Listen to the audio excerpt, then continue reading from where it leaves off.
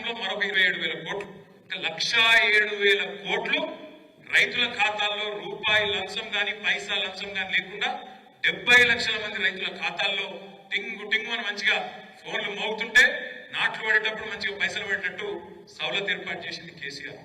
ఇవాళ రేవంత్ రెడ్డి ప్రభుత్వం 3 పంటలకు రైతు బంధు వేయాలని చెప్పిన రేవంత్ రెడ్డి, డిసెంబర్ 3 తర్వాత అయితే ఎకరానికి 7,500 ఇస్తానని చెప్పిన రేవంత్ రెడ్డి ఏకకాలంలో 2 లక్షల రుణమాఫీ చేస్తానన్నాడు.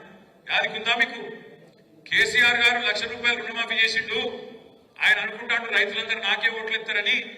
మీరందరూ కూడా కేసీఆర్ ₹1,00,000 రుణమాఫీ తీసుకున్న వాళ్ళు కూడా బ్యాంకు గురుకుర్రి, వెంబడే తెచ్చుకోండి, ఎంబడే నేనేస్తా, నేను ఎంబడే వస్తా, ఎంబడే సంతకం పెడతా అన్నాడు.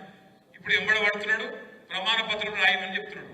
ఇప్పుడు మీకు రైతు భరోసా ఏడట. ఇలా కేబినెట్ మీటింగ్ ఉన్నది. నేను నిన్న అడిగిన రేవంత్ రెడ్డి, దమ్ముంటే చెప్పు అడిగిన. ఎలక్షన్లకు ముందేమో వరంగల్ రైతు డిక్లరేషన్ అన్నావు, ఇలా రైతు డిక్లరేషన్ ఇవ్వాలంటున్నావు. ఇది ఎక్కడి నీతి?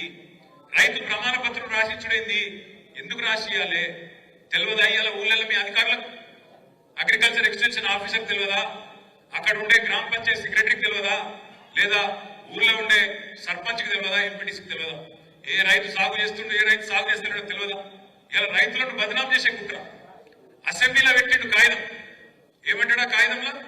రైతు బంధు వల్ల 22,000 కోట్ల రూపాయలు దారి మళ్ళినాయని చెప్పి ఒక చెత్త మాట, రైతును బదనాం చేసే మాట, రైతును దొంగగా చిత్రీకరించే మాట మాట్లాడుతూ ఉన్నాడు. 22,000 కోట్లు దారి మళ్ళినాయి అంటాడు. నాకు నిజంగా అర్థం కాలేదు. అర్థం కాకపోయి నేను అక్కడ ఉండే అధికారులను అడిగిన, వ్యవసాయ అధికారులు కనబడ్డారు అసెంబ్లీలో, అడిగిన ఎక్కడికి వెళ్ళి వచ్చిందా మీకు ఈ లెక్క అని అడిగిన. 22,000 కోట్లు అంటున్నారు, ఏడ దారి మళ్ళినాయి, ఏ ఊర్ల దారి మళ్ళినాయి, ఏ సర్వే నెంబర్కి పోయినాయి, ఎవరి ఖాతాలో పడ్డాయి చెప్పుని మాకు అన్నాం. అంటే వాళ్ళు ఏం చెప్పారు ఎరికేనా? సారిగా మా పేరు చెప్పకూరు, కానీ వాస్తవం ఏంటంటే ఇప్పుడు వానాకాలం పట్టేస్తారు,